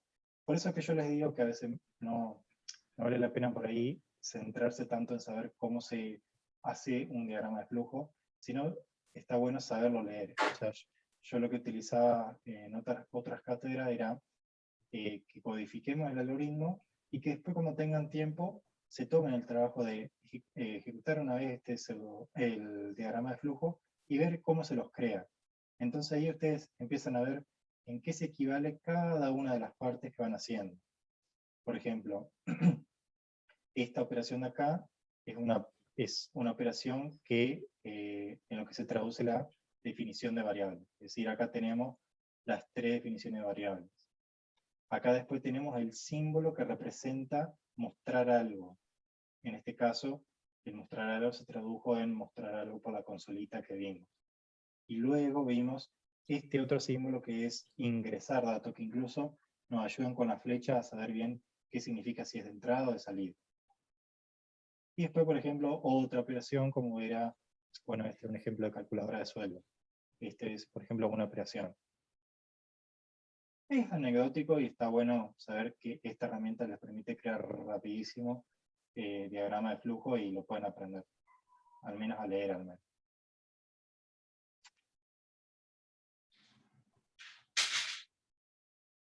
Bueno, si no hay dudas, ya si quieren los dejo acá. La clase que viene vamos a volver con esto. Voy a retomar rápido el primer ejemplo que dimos y vamos a estar haciendo todo práctica. O sea, la idea es que, si es por mí, no se molesten en resolver la guía todavía, salvo que tengan muchas ganas y no los voy a detener. Pero la idea para la clase que viene es trabajar con esta guía y a lo sumo yo voy a ver si encuentro algún ejemplo más, pero acá tenemos para hacer bastante rato. Porque la idea es que yo quiero que tengan ese espacio como taller para hacer toda la guía, mostrarlo, que nos quede en video ojalá, y bueno, si quieren nos vamos compartiendo los archivos después que nos vayan quedando. No es necesario que peguen el código acá porque este es un código chiquitito y ya ocupo bastante espacio. El código más grande va a ser mucho más complicado. Pero bueno, espero que les haya gustado la primera parte de programación, así que ya de acá se viene más que nada todo explicaciones cortas y bastante prácticas. O sea, esta por ahí me llevó un poquito más de tiempo porque quería como explicarle qué significa cada una de las cosas. Bien, gracias, profe. No, Habíamos gracias a dado algo parecido en sistema de procesamiento de datos, creo, y ahí nos mostró que primero teníamos que definir la parte de la memoria que íbamos a ocupar para ingresar las variables, así que más o menos estamos familiarizados con esto. Ah, genial, buenísimo. Buenísimo, buenísimo, buenísimo. Por lo menos yo me di cuenta de eso, no sé si alguien está perdido por ahí. Sí, o sea, no tengan miedo de decirme que están perdidos porque, o sea, sé que por ahí a veces muchas de estas cosas yo digo que tienen que hacer o un salto de fe o pensar que es magia y que algo pasa por detrás, pero después ya lo van Un a salto entender. de fe que vamos a hacer en el examen. Nah, no, ni le tengan miedo al examen. Piensen en el examen. Piensen en el examen que va a ser un ejercicio con todo lo que ya van a saber. Y la idea es que va a ser un ejercicio donde vamos a aplicar todas las herramientas. Por eso, o sea, esto es lo que más me encanta de la materia, que no es que tipo ven un tema y el tema no se va a relacionar con nada. O sea, tipo, el tema que viene en la clase 1 no se va a relacionar con nada en el tema de la clase 2. No, en programación está hermoso porque todo lo que vamos viendo de alguna forma tiene relación o se construye a partir de lo que ya vimos. Entonces, si vamos siguiendo la guía clase por clase, no creo que tengamos problemas. Igual, o sea, va a haber clase consulta, les voy a responder si me mandan correo y todo eso. Así que, tranqui. Así que bueno, los libero, chicos. Me voy porque estoy con la garganta a -10. Y gracias, buenas noches, Gonzalo. Ya les subo esto y después les mando todo por correo. Y los mantengo al tanto. Profe, te ¿Sí? pregunto algo. Ahí está.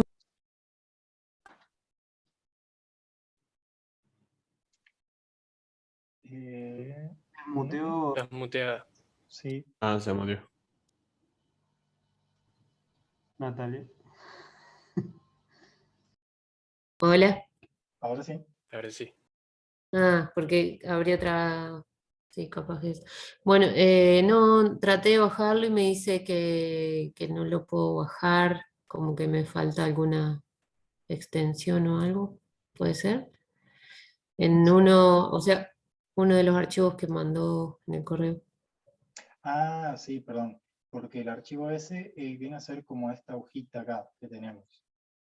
Si por ahí vos le haces doble clic, no va a pasar nada. Te va a decir puede ser que te aparezca esto. O sea, Sí, tal cual. el programa no se va a dar cuenta automático. Ustedes van a tener que arrancar el PCInt y Sí. con el botón abrir, ahí sí. Si van a la Ah, carpeta donde lo descargaron y le hacen doble clic, sí, ahí se los va a sí. abrir. Ah, bárbaro. Sí, porque no podía. Gracias. ¿No? Por favor.